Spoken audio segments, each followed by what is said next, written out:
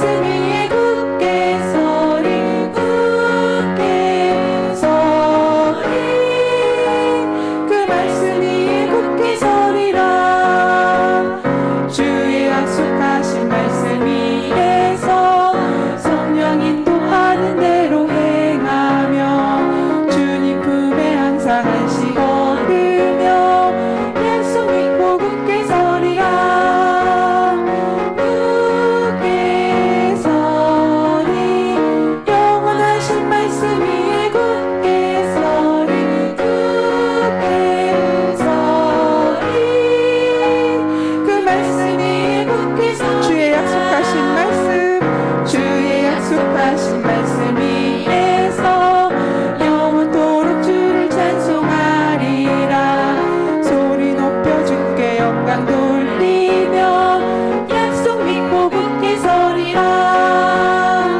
굳게 서리 영원하신 말씀 위에 굳게 서리 굳게 서리 그 말씀 위에 굳게 서리라 주의 약속하신 말씀 위에서 세상 염려 내게 없을할 때에 말씀으로 힘써 싸워 이기며 약속 믿고 굳게 서리라 굳게 서리 영원하신 말씀 위에 굳게 서리 굳게 서리 그 말씀 위에 굳게 서리라 주의 약속하신 말씀 위에서 영원하신 주의 사랑이 믿고 성령으로 힘써 싸워 이기며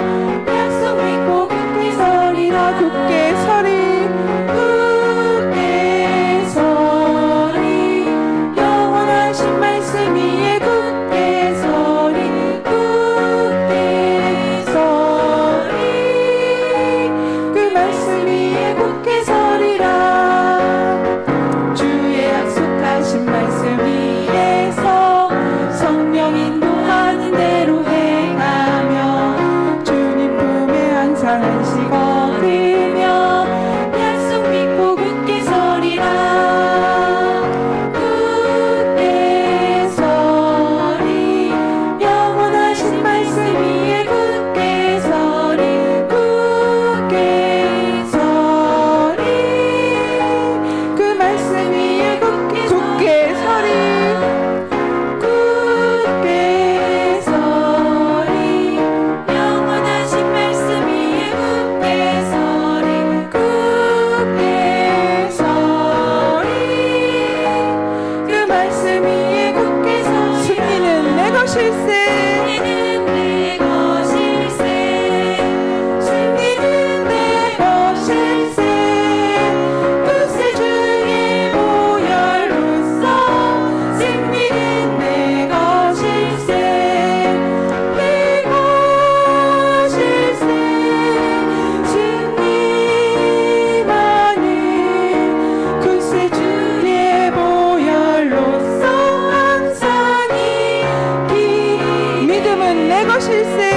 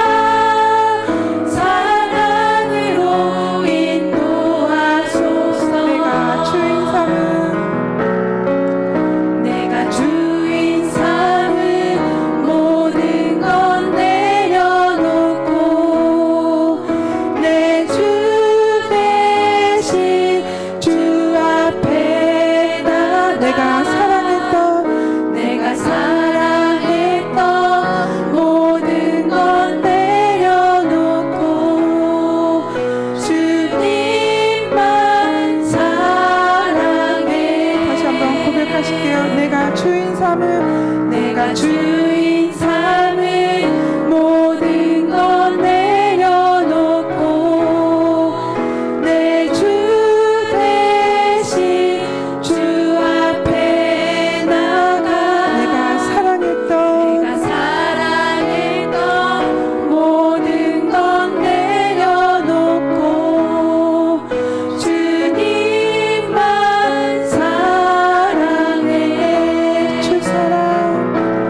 주 사랑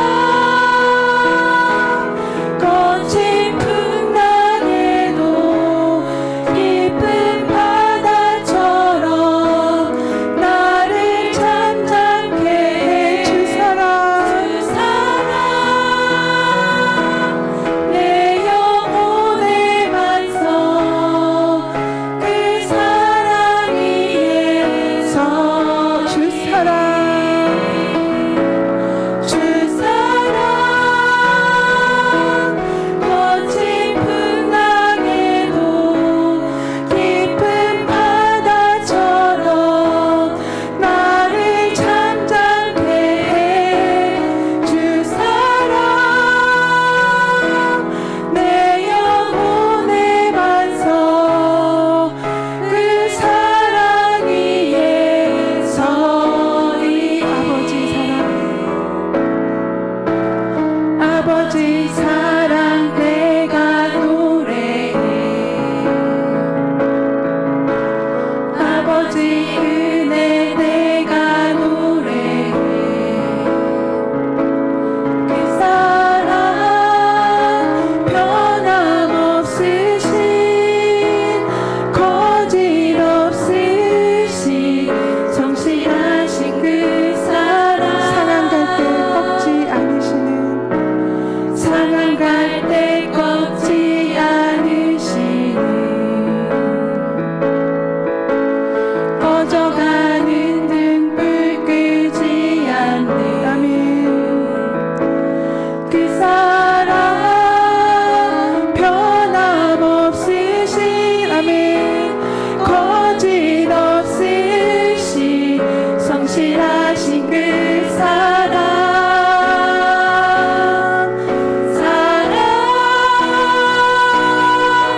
그 사랑 날 위해 죽으신 날 위해 다시 사신 예수 그리스도 다시 오실 그 사랑. 죽음도 생명도 천사도 하늘의 어떤 권세도 끊을 수 없는 영원한 그 사랑의 그 사랑 그 사랑 날 위해 죽으신 날 위해 다시 사신 예수 그리스도 다시 오실 그 사랑. 죽음도 생명도 천사도 하늘의 어떤 권세도 끊을 수 없는 영원한 그 사랑 예수. 아멘. 나는 전능하신 아버지 하나님 천지의 창조주를 믿습니다. 나는 그의 유일하신 아들 우리 주 예수 그리스도를 믿습니다. 그는 성령으로 잉태되어 동정녀 마리에게서 나시고 본디오 필라도에게 고난을 받아 십자가에 못 박혀 죽으시고 장사된 지 사흘 만에 죽은 자 가운데서 다시 살아나셨으며 하늘 오르시어 전능하신 아버지 하나님 우편에 계시다가 거기로부터 살아있는 자와 죽은 자를 심판하러 오십니다.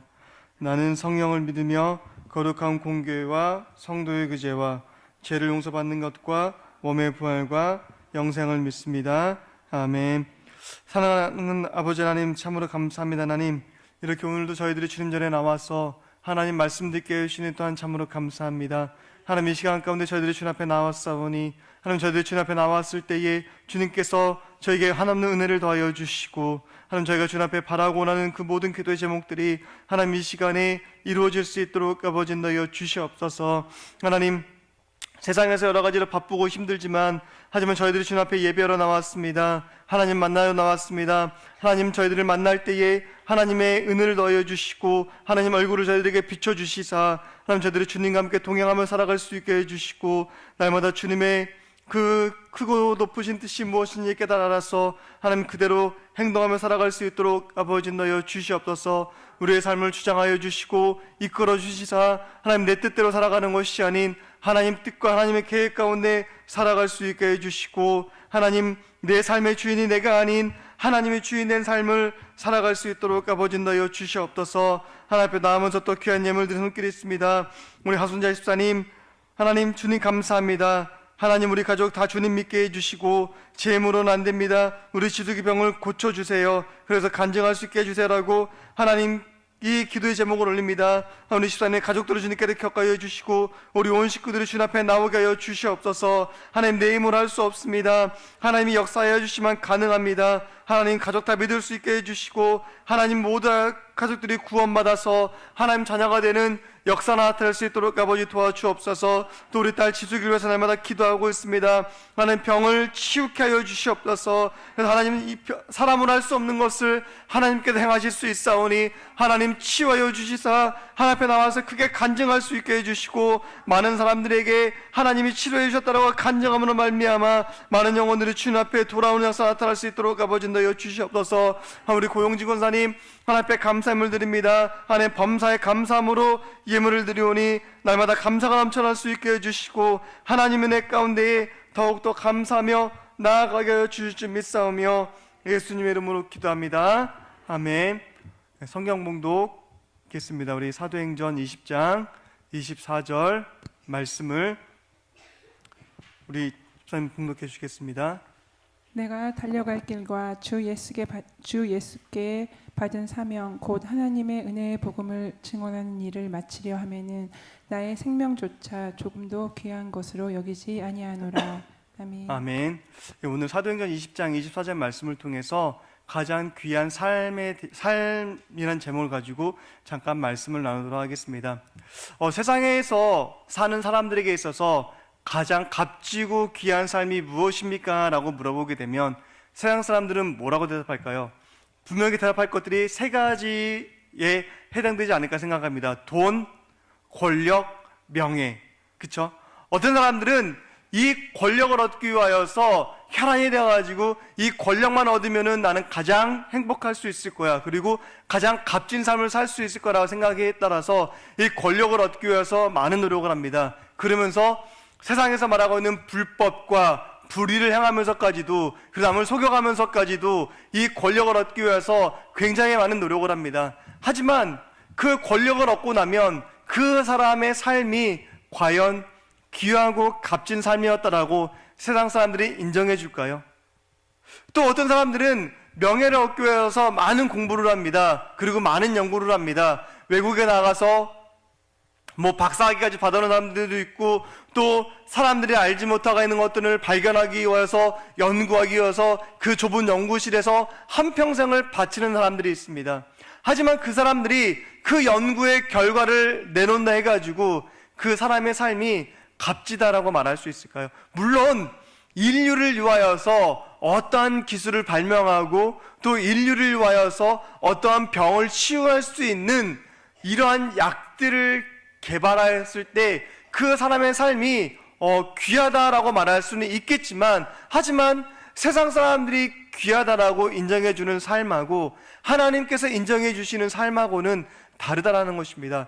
그 사람이 가족도 내버리고 모든 것들을 다 버리고 연구에만 몰입한다 해가지고 그 사람의 삶이 귀하다라고 말할 수 있을까요? 또 어떤 사람들은 돈을 벌기 위해서 굉장히 노력합니다. 우리가 속된 말로 이렇게 말하면 돈의 노예가 돼가지고 그 돈을 벌기 위해서 24시간 일하는 사람들도 있고 심지어 잠을 몇 시간만 자고 일하는 사람들도 있고 또 도박에 빠지는 이유가 무엇입니까? 도박에 빠지는 이유가 내가 이 일확천금을 따가지고 부자가 되고 싶은 욕심 가운데에 휩싸이다 보니까 도박에 빠지지 않습니까? 이렇게 그 사람들이 많은 돈을 얻고 일평생 쓰고도 남을 돈을 벌었다 치더라도 그 사람의 삶이 과연 귀하다라고 말할 수가 있겠냐라는 것이죠. 오늘 귀한 삶에 대해서 성경은 이렇게 말씀하고 있습니다. 성경은 하나님의 복음을 전하는 삶이 가장 귀하고 값진 삶이다라고 말하고 있습니다. 우리가 알고 있는 무명의 그리스도인들이 너무나 많이 있습니다. 빛으로 나타나지 아니하고 어둠 가운데에 사람들이 인정해주지도 않고 사람들이 알아주지 않더라도 묵묵히 복음을 전하는 사람들이 세상 가운데 얼마나 많은지 모릅니다. 특히 우리나라 가운데에 기독교가 이렇게 급속하도록 성장하게 된 이유가 무엇입니까? 맨 처음에 기독교가 들어왔을 때에 선교사님들이 복음을 전한 것들도 있었지만 그 당시에 권서인이라는 제도가 있었습니다. 권서인이 뭐냐면 그 성경책을 보따리에 짊어지고 성경책을 산골 마을에 가서 팔면서 전하는 사람들이었습니다. 그 사람들이 그렇게 모든 것들을 다 내버려 두고 성경책을 짊어지고 사람들이 가지 않는 오지에 가가지고 복음을 전하고 사람들이 알아주지 않는 곳에 가서 성경책을 팔고 이래가지고 그것 가운데 믿는 사람들이 숫자가 얼마나 많이 늘어났습니까? 또 그뿐만 아니라 처음에 우리 기독교가 들어왔을 때 생각해 보시기 바랍니다. 맨 처음에 이 땅에 기독교가 들어왔을 때에 수많은 선교사님들이 이 땅을 밟았습니다. 하지만 그분들이 고국으로 가신 분들도 계시지만 하지만 그렇지 않고 이곳에서 묵묵히 복음을 전하다가 풍토병에 걸려가지고 순교하신 분들도 계십니다. 이 땅에서 자기의 고국에 있었으면 걸리지도 않을 병들을 이 땅에 와서 복음을 전하다가 걸리는 사람들이 너무나 많았습니다. 일단 우리도 외국에 가게 되면 물이 틀리잖아요. 그렇죠?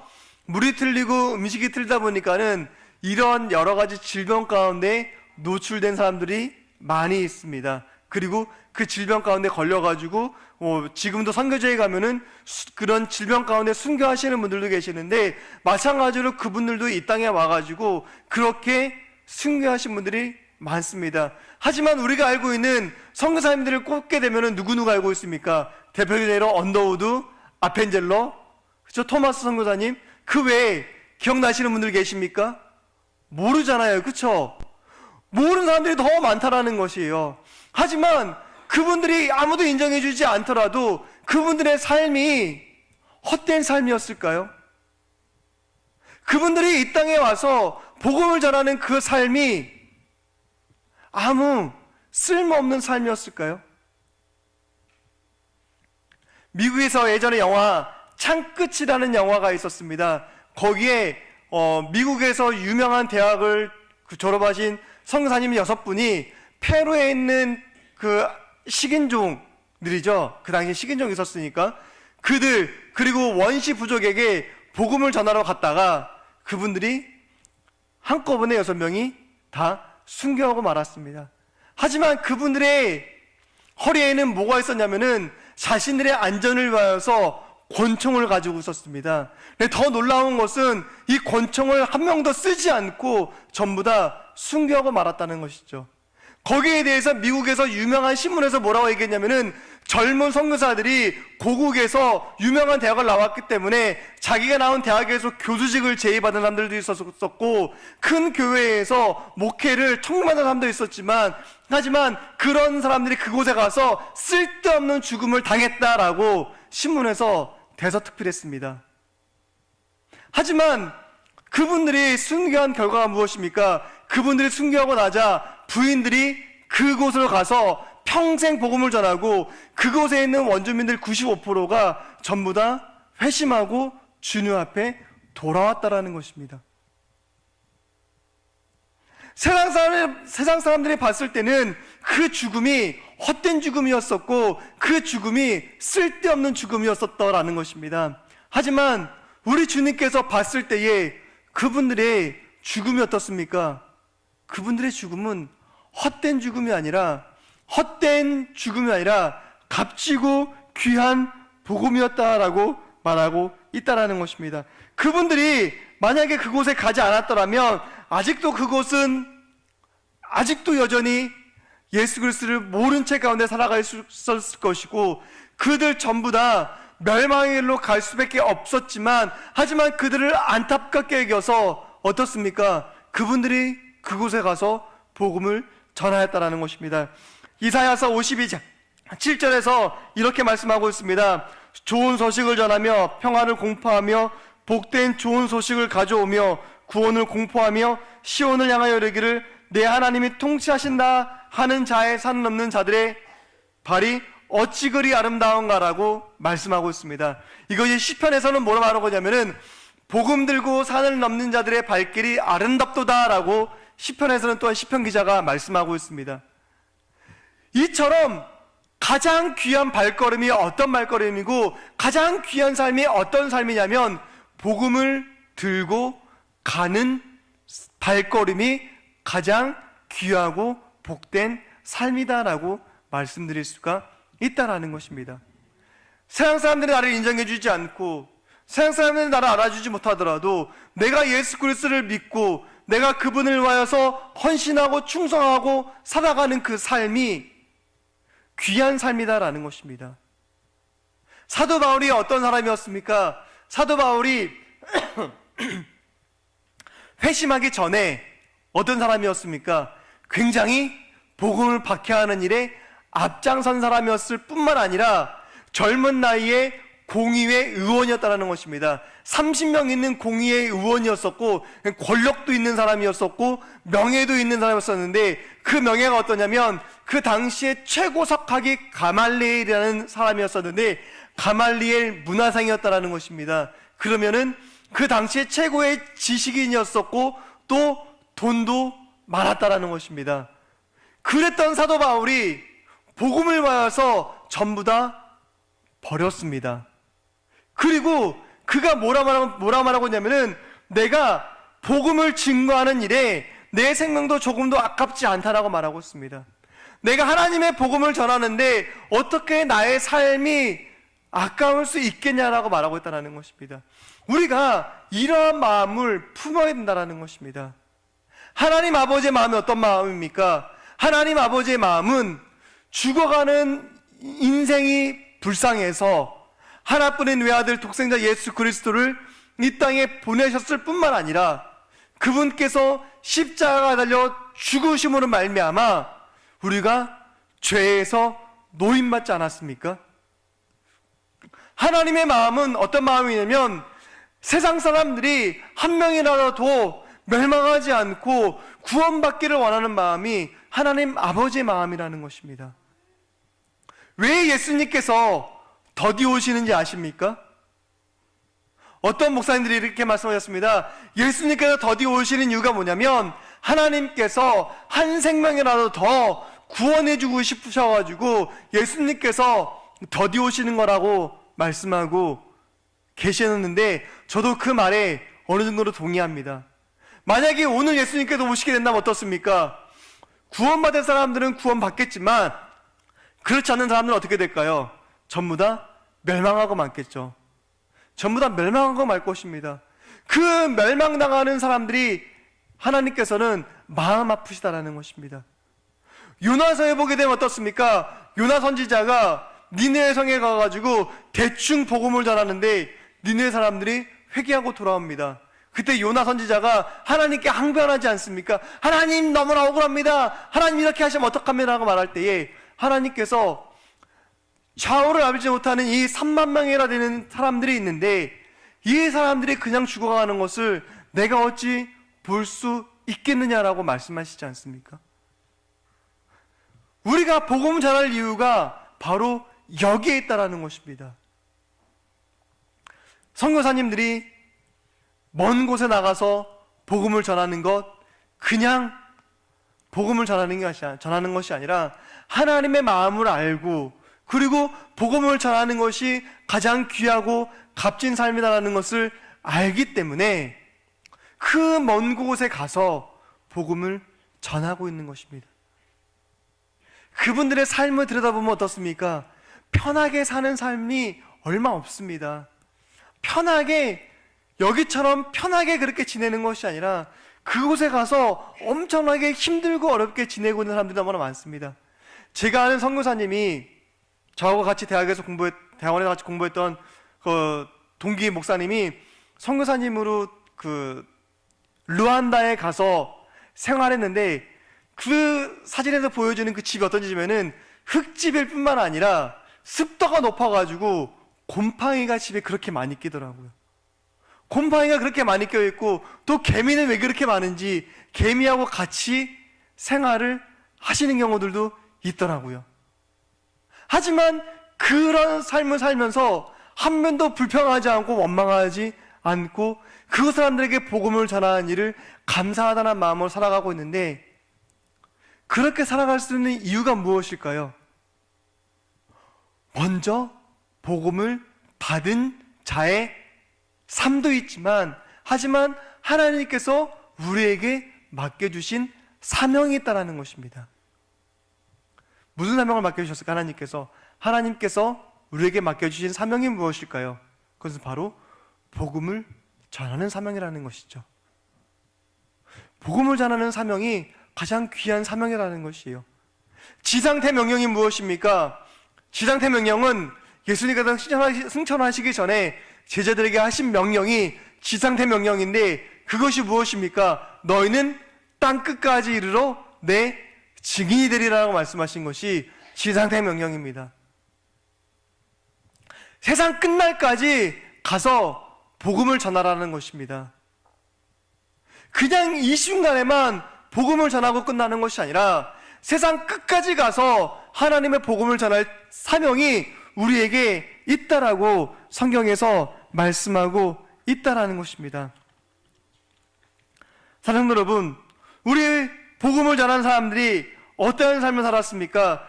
이의 삶에 대해서 사도 바울이 이렇게 얘기하고 있습니다. 고린도후서 6장 9절에서 10절에 보게 되면 이렇게 말씀하고 있습니다. 무명한 자 같으나 유명한 자요, 죽은 자 같으나 보라 우리가 살아있고, 징계를 받는 자 같으나 죽임을 당하지 아니하고, 근심하는 자 같으나 항상 기뻐하고, 가난한 자 같으나 많은 사람을 부유하게 하고, 아무것도 없는 자 같으나 모든 것을 가진 자로다 라고 말씀하고 있습니다. 이 땅에서는 우리가 무명한 사람일 수 있습니다. 이 땅에서는 무명한 사람일 수도 있습니다. 복음을 전하는 사람이 많기 때문에 우리가 알고 있는 유명한 전도인이 되지 않아도 괜찮습니다. 세상 사람들이 알아주는 전도인이 되지 않아도 괜찮습니다. 전도왕이 되지 않아도 괜찮습니다. 우리는 아무도 알아주지 않더라도 하나님의 복음을 전하는 것만으로도 천국에서는 이미 유명한 스타라는 것입니다. 이 땅에서는 아무도 알아주지 않는 우리지만, 하지만 천국에서는 하나님께서 알아주시기 때문에 우리는 스타라는 것입니다. 성경에서 뭐라 말하고 예수께서 뭐라 말씀하셨습니까? 한 사람을 천국으로 인도하게 되면 하늘에서는 잔치가 벌어진다라고 말하고 있지 않습니까? 잃어버린 한 영혼이 돌아오게 될 때에 천국에서는 잔치가 벌어지고 하나님과 예수님이 기뻐가지고 춤추신다라고 말씀하고 있는데, 그 말뜻이 무엇입니까? 잃어버린 한 사람이 돌아오는 것이 너무나 기쁘고 즐겁다라는 것입니다. 돌아온 탕자의 비유를 보면 어떻습니까? 아버지가 집 나간 아들이 언제 돌아올까 매일같이 나가잖아요.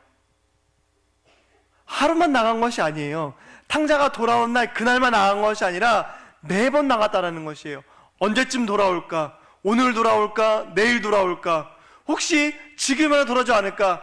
해 뜰 때부터 시작해가지고 해 질 때까지 그곳에 나가서, 마을 입구에 나가서 언제 내 아들이 돌아올까? 언제쯤 돌아오게 될까? 내 아들이 도대체 언제 오게 될까? 그 안타까운 마음에 매일같이 나가잖아요. 예수님 마음이 그런 마음이라는 것이에요. 하나님의 마음이 잃어버린 이 한 영혼이 언제쯤 돌아오게 될까 매일 나가서 기다리고 있는 아버지하고 똑같다라는 것이에요. 그렇다면 우리의 해야 될 것이 무엇입니까? 복음을 전하는 삶을 살아야 된다는 것이죠. 그것이 가장 귀한 삶이라는 것이에요. 아무도 알아주지 않아도, 인정해주지 않아도, 내가 이미 예수님을 믿었고 그분이 나를 위해서 십자가에 못 박혀 돌아가셨고 그런 말미암아 내가 구원을 얻었는데, 하지만 그거로서 끝나면은 안 된다라는 것입니다. 내가 예수님을 믿었는데로 끝나는 것이 아니라, 내가 예수님을 믿었는데 그렇다면 이제는 내가 나가서 똑같이 복음 전하는 사람이 되어야지, 이런 마음을 품어야 된다는 것입니다. 복음을 전하는 것은 나이가 어리고 나이가 많고가 중요하지 않습니다. 나이가 어리다고 해가지고 복음을 전하지 못하는 것도 아니고, 나이가 많다고 해가지고 복음을 전하지 못하는 것도 아니라는 것입니다. 복음을 전하는 것은 나이하고 상관없이 우리가 언제까지 해야 되냐면은 우리의 생명에 끊어지는 그날까지 하나님의 복음을 전하는 삶을 살아야 된다는 것입니다. 지금 흔히들 말하고 있잖아요. 교회 위기 가운데 있다. 교회가 지금 무너져가고 있다. 교회가 지금 어려운 상황 가운데 있다라고 말씀하시는 분들이 너무나 많습니다. 하지만 말은 하고 있지만 그 무너져가는 교회를 위하여서 내가 지금 무엇을 하고 있는가를 살펴봐야 되지 않겠습니까? 교회가 지금 없어져가고 있는데, 교회에서 점점 말하는 것일 겁니다. 저출산으로 인해 가지고 교회에 아이들이 점점 줄어들고 있다라고 말하고 있습니다. 물론 아이들이 줄어들고 있는 것 사실입니다. 학교들 보게 되면 매년 초등학교에 입학한 아이들 숫자가 적어서 문 닫는 초등학교들이 나오고 있고, 문 닫는 중학교, 고등학교들도 나오고 있다는 것이에요. 왜냐? 학교 갈 인원이 안 되니까 학교가 점점 사라져가고 있다는 것이에요. 하지만 학교가 점점 사라져가고 있지만 그것 가운데 태어나지 않는 아이들은 있다라는 것이에요. 태어난 아이들은 꾸준히 있다라는 것이에요. 우리가 해야 될 일은 무엇이냐? 그 아이들을 위해서 전도하는 것이 아니라 부모들을 전도해야 되는 것이고, 또 다음 세대를 위하여서 우리가 어떻게 하나님의 복음을 전할까 고민하고 연구해야 될 책임이 있다는 것이죠. 아이들은요, 저희들 세대하고 틀리잖아요. 저희들 어렸을 때에는 야, 교회 가자 하면은 막 어린아이들도 교회에 갔습니다. 제가 어렸을 때도 저희 발로 교회를 갔거든요. 근데 지금은 어떻습니까? 유치부 아이들 혼자서 못 옵니다. 부모가 오지 않으면 못 옵니다. 초등학교 저학년 아이들도 마찬가지로 부모가 오지 않으면 교회에 못 옵니다. 그럼 우리가 전도해야 될 대상이 누구입니까? 이제는 아이들에서 부모를 전도의 대상으로 바뀌어야 된다는 것이죠. 그리고 전도의 전략도 아이들이 아니라 부모의 초점을 맞춰가지고 어떻게 하면 부모들이 교회에 오게 될까? 어떻게 하면 이 부모들을 교회로 인도할 수 있을까? 어떻게 하면 이들을 교회로 이끌어들 수 있을까를 연구하고 고민해야 될 책임이 우리에게 있다라는 것입니다. 한 번도 복음을 전해보지 않고, 한 번도 야 우리 교회 가자라고 말하지 않고, 우리 짐작에 아 저 사람은 교회 가지 않을 거야, 아 저 사람은 복음 전하는 것을 막을 거야, 복음 전하는 것을 반대할지도 몰라, 아 저 부모는 너무나 까탈스러워가지고 아 복음을 전하기가 너무나 어려워 라는 지레짐작을 우리가 할 필요는 없다는 것이에요. 복음을 전하는데 박해받는 것이 두렵고, 복음을 전하는데 욕먹는 것이 두려워서 복음을 전하지 못한다라고 말한다면 하나님도 똑같이 우리를 부끄러워하실 거라는 것이죠.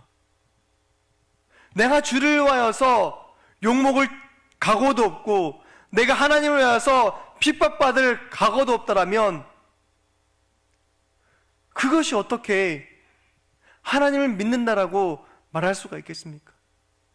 사도 바울은 어떤 사람이었습니까? 사도 바울은 유대인들이 모여있는 곳에 가가지고 담대하게 복음을 전했습니다. 하지만 복음을 전하다 어떻습니까? 복음을 전하던 도중에 끌어내림을 당해서 모지게 매를 맞아서 거의 반성장이 되어서 사람들이 죽은 걸로 착각해가지고 길가에 버린 적도 있습니다. 우리나라에 맨 처음에 복음을 전하신 분들이 어떻습니까? 복음을 전하다가 느닷없이 매를 맞기도 하고, 물벼락을 맞기도 하고, 오물을 뒤집어 쓰기도 하고, 하지만 그런 온갖 수모를 당했지만 그걸로 복음을 전하는 것을 포기하지 않았다는 것이죠.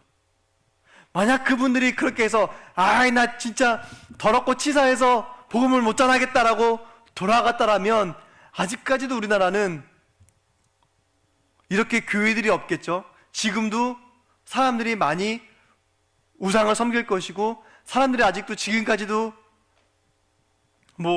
제사를 지내고 있겠죠, 지금도. 하지만 그분들이 그러한 수모를 당하더라도, 그런 모진 고문을 당하더라도 굳굳이 복음을 전했기 때문에 지금 어떻습니까? 우리나라의 기독교가 이만큼 성장하지 않았습니까? 우리 기독교가 이만큼 성장했잖아요. 그리고 그 가운데 내가 구원받을 수가 있게 되었잖아요. 마지막 그분들이 없었더라면, 가정을 해보자라는 것이죠. 만약에 그분들이 없었더라면 지금 내가 이곳에 와서 복음을 듣고 있을 수가 있었을까? 지금 내가 과연 예수님이 누구인지 알 수 있었을까? 내가 예수님 믿는 삶을 살 수 있었을까? 내가 구원받아서 하나님 자녀가 되어서 천국 가는 삶을 살 수 있었을까? 가정을 해보자라는 것이죠. 그분들의 고귀한 희생이 있었고, 그분들의 값진 희생이 있었기 때문에 우리가 복음을 알게 되었다는 것이죠. 그렇기 때문에 우리도 마찬가지로 복음을 전해야 된다라는 것입니다. 그랬을 때에 비록 내가 아무것도 없는 것 같지만 모든 것을 가졌다라고 말할 수가 있는 이유가 무엇이냐면은 하나님께서 나와 함께 하시기 때문에, 하나님께서 나와 함께 하시기 때문에 내가 모든 것을 가진 사람이다라고 고백할 수 있다라는 것입니다. 오늘 사도 바울이 이렇게 말씀하고 있습니다. 우리에게 말하고 있는 것이 뭐냐면, 가장 귀한 삶이 어떠한 삶이냐라고 말하고 있는데, 가장 귀한 삶은 하나님의 말씀을 전하는 삶, 그리고 복음을 증거하는 삶이 가장 귀한 삶이다라고 말씀하고 있다라는 것입니다. 사랑하는 여러분, 내가 꿈꾸고 내가 바라는 것들이 다 이루어지지 못한다 하더라도, 그리고 그것 가운데 낙심하지 않고 실망하지 않고 오늘 하루를 살아가는 그 삶이 가장 귀한 삶이다라는 것입니다. 왜 귀한 삶이냐면은 예수님과 동행하는 삶을 살아가는 것이기 때문에, 예수님과 함께하는 삶을 살아가기 때문에, 그리고 독생자 예수 그리스도를 믿음으로 말미암아 하늘 소망이 우리에게 있기 때문에 가장 귀한 삶이다라는 것입니다. 우리에게 하늘 소망이 없다면, 나에게 하늘 소망이 없다면 그것이 어떠한 삶이겠습니까? 그 삶은 어떻게 보면은 그 헛된 삶이지 않을까라고 생각을 합니다. 하지만 우리에게는 천국 소망이 있고 하늘 소망이 있고, 그리고 하나님이 나와 함께 하신다라는 그것이 있기 때문에 우리의 삶이 어떻습니까? 귀한 삶이다라고 말씀하고 있다라는 것입니다. 그래서 복음을 전하고 살아가는 삶, 가장 귀한 삶은 하나님과 동행하는 삶인 것이고, 하나님과 동행하는 삶이 어떠한 삶입니까? 복음을 전하며 살아가는 삶. 먼저 믿은 자로서 이제는 내가 그 복음에 비친 자가 되어가지고 예수 그리스도를 증거하는 삶, 그리고 그 삶이 가장 귀한 삶이다라는 것입니다. 내가 예수님을 믿었고 그 믿은 예수님을 증거하고 믿지 않는 사람들에게 담대히 복음을 전하며 살아가는 삶이 가장 귀한 삶이다라고 말씀하고 있다라는 것입니다. 말씀을 정리하겠습니다. 오늘 사도행전 20장 24절 말씀을 통해서 하나님께서 우리에게 말씀하시는 것이 가장 귀한 삶이 어떤 삶이냐라고 말씀하고 있는데, 가장 귀한 삶은 내가 예수 그리스도를 믿고 그 복음을 전하는 삶이 가장 귀한 삶이다라고 말하고 있는 것입니다. 그리고 하나님과 동행하는 삶, 예수 그리스도를 증거하는 일에 그냥 내 입술로만 증거하는 것이 아니라 내가 정말 하나님과 동행해서 그 하나님을 내가 진실로 믿고 깨닫고 그 복음에 대한 감격이 있고 그 복음에 대한 기쁨이 있고 내 마음속에서 이 복음을 전하지 않으면 안 되겠다는 그 마음이 불릿듯이 일어나서 복음을 전하는 그 삶이 가장 귀하고 값진 삶이다라고 말하고 있습니다. 이 말씀을 기억하시면서 우리도 어떠한 핍박과 박해가 다가온다 할지라도 그에 대해서 두려워하지 아니하고 염려하지 아니하고 오히려 그것 가운데 기뻐하시기 바랍니다. 핍박 가운데 기뻐하시기 바랍니다. 박해 가운데 기뻐하시기 바랍니다. 왜 기뻐하고 즐거워야 되냐면 그것이야말로 진정한 하나님의 자녀라는 표시이기 때문입니다. 박해가 없으면, 핍박이 없으면 하나님의 자녀가 아닙니다. 박해가 있고 핍박이 있기 때문에 하나님의 자녀라는 것입니다. 거기에 대해서 두려워하지 아니하고 염려하지 아니하고 담대히 복음을 증거하는 삶, 하나님의 복음을 전하는 그 가장 귀하고 값진 삶을 살아가는 성도님들 되시기를 간절히 축원하겠습니다. 기도하겠습니다. 사랑을 행하 많으신 아버지 하나님, 참으로 감사합니다. 하나님, 제가 오늘 말씀 들었습니다. 하나님, 들은 말씀을 기억할 수 있게 해주시고, 하나님, 복음을 전하며 살아가는 삶이 가장 귀한 삶이다라고 말씀하고 있는데, 하나님, 우리가 복음 전하는 삶을 살아갈 수 있게 해주시고, 내가 먼저 예수 그리스도를 믿었고 그 믿은 자답게 하나님 말씀을 증거할 수 있게 해주시고, 하나님 말씀을 전할 수 있게 해주시고, 하나님, 그러므로 말미암아 가장 귀한 삶을 살았다라고 착하고 충성된 종이라는 그 표현들을 쓸 수 있게 해주시고, 내가 이 땅에서 비록 사람들이 알아주지 않는다 할지라도 하나님, 그에 대해서 낙심하고 좌절하지 아니할 수 있도록 도와주시고, 하늘에 내 이름이 새겨진 것만으로도 기뻐하고 감사하며 살아갈 수 있도록 주님 인도하여 주실 줄 믿사오며 예수님의 이름으로 기도합니다. 아멘. 하늘에 계신 우리 아버지, 아버지의 이름을 거룩하게 하시며 아버지의 나라가 오게 하시며 아버지의 뜻이 하늘에서와 같이 땅에서도 이루어지게 하소서. 오늘 우리에게 일용할 양식을 주시고 우리가 우리에게 잘못한 사람을 용서하여 준 것 같이 우리 죄를 용서하여 주시고 우리를 시험에 빠지지 않게 하시고 악에서 구하소서. 나라와 권능과 영광이 영원히 아버지의 것입니다. 아멘. 우리가 주여 세 번 외치고 자유롭게 기도하시다가 돌아가시겠습니다. 주여, 주여, 주여.